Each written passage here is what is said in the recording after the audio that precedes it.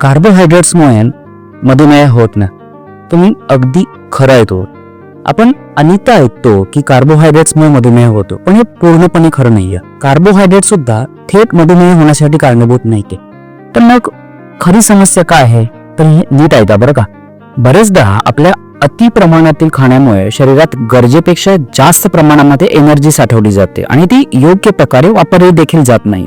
आणि ज्या लोकांमध्ये ही एनर्जी साठवण्याची नैसर्गिक क्षमता कमी असते त्यांना मधुमेहाचा किंवा ओबेसिटीचा धोका हा जास्त असतो. भारतीय लोकांमध्ये ही जास्तीची एनर्जी ही प्रामुख्याने कार्बोहायड्रेट मधून येते, कारण आपल्या आहारात फायबर आणि प्रोटीन हे खूप कमी आणि गहू आणि तांदूळच्या स्वरूपात कार्बोहायड्रेट्स हे खूप जास्त प्रमाणामध्ये असतात. आणि फायबरची कमी असल्यामुळे सॅटायटी लवकर तर येत नाहीच, म्हणजेच पोट लवकर देखील भरत नाही. त्यामुळे भूक देखील जास्त लागते आणि आपण दिवसातून सतत 4 ते 5 वेळा अति जास्त प्रमाणामध्ये कार्बोहायड्रेट खात राहतो. मग यामुळे ब्लड शुगर वाढल्यावर डॉक्टर आपल्याला गहू आणि तांदूळ कमी किंवा बंद करायला सांगतात. पण तो उपाय सस्टेनेबल तर नाहीच, म्हणजेच लॉंग टर्म साठी हा वापरात येण्यासारखा उपाय नाहीये.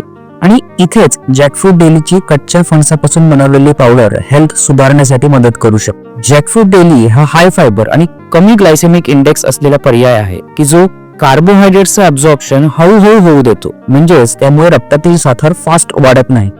तसंच फणस पावडर पचनाला मदत करून जास्त वेळ सेशिएटेड स्टेटमध्ये म्हणजेच अधिक काळ पोट भरलेल्या अवस्थेमध्ये राहण्यासाठी मदत करतात. त्यामुळे अनावश्यक खाण्याची सवय कमी होते. सोबतच गट हेल्थ आणि इन्सुलिन सेन्सिटिव्हिटी देखील सुधारली जाते. त्यामुळे ऊर्जा ही अधिक कार्यक्षमतेने वापरली जाते.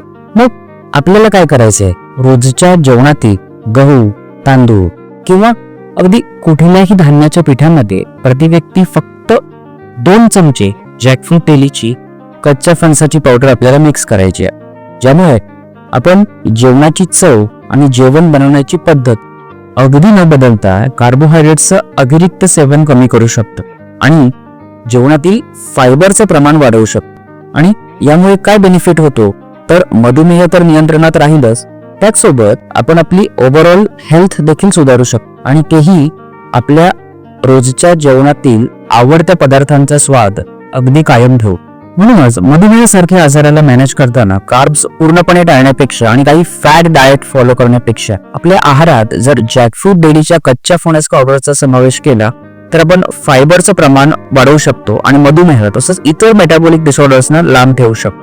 तसंच भविष्यात आपल्याला हे आजार होऊ नयेत म्हणून निरोगी व्यक्ती सुद्धा कच्च्या फणसाची पावडर अगदी निसंकोचपणे कंझ्युम करू शकते. तर मग रोजच्या जेवणात जॅकफ्रूट डेलीचा वापर तुम्ही कधीपासून सुरू करताय?